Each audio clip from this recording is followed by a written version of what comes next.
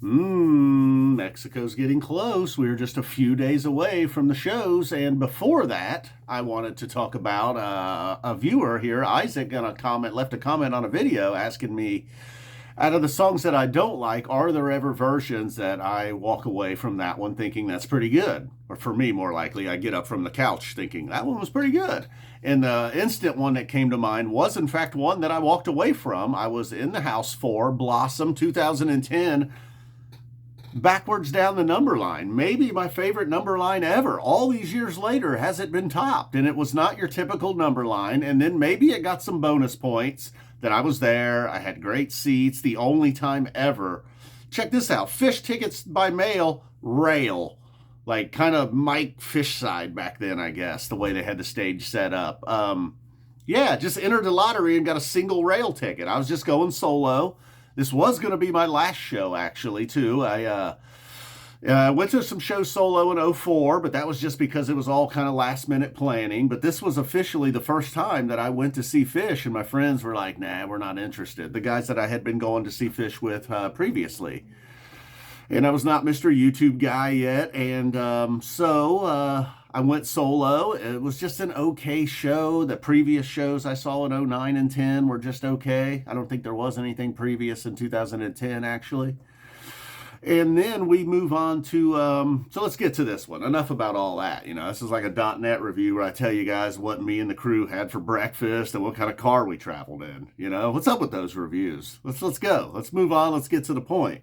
And let's stop saying let's go, even though I'm guilty. I just did it. So for the backwards down the number line, you can just go ahead and skip like right to the 4-minute mark. And then it kind of stays in like mostly a type 1 jam, very low and slow. Lots of mic though, extra mic really.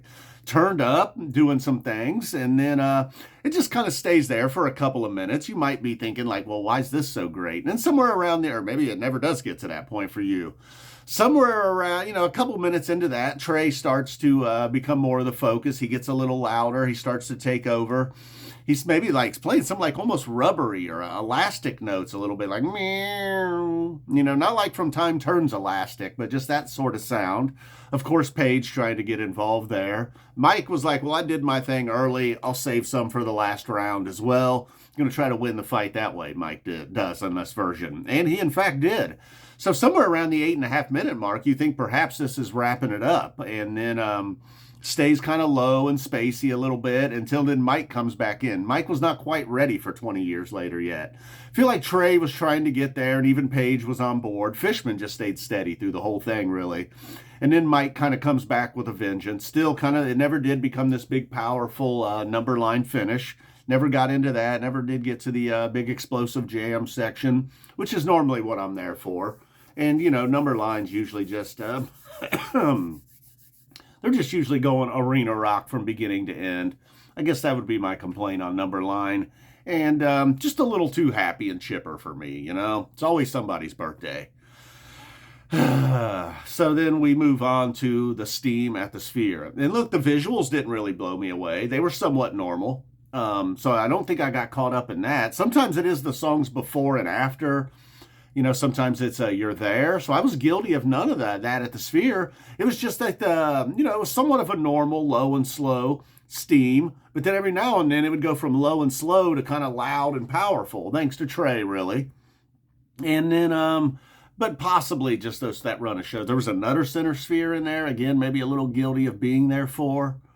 But the first two that jumped out at me, that songs I generally don't like, but then I was like, oh yeah, there was that Blossom number line and there was that Sphere Steam.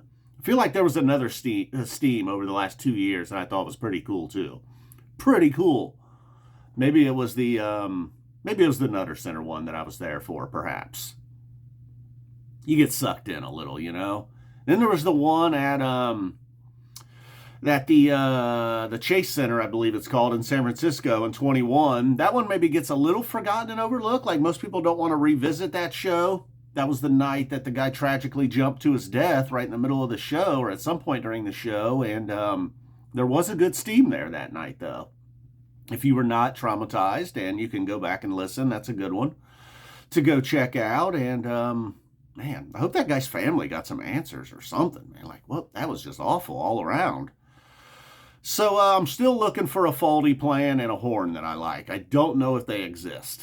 So if you want to hit me with a good faulty plan, maybe that. I think there is like a 1 Type 2 horn out there. I don't even know if that should count.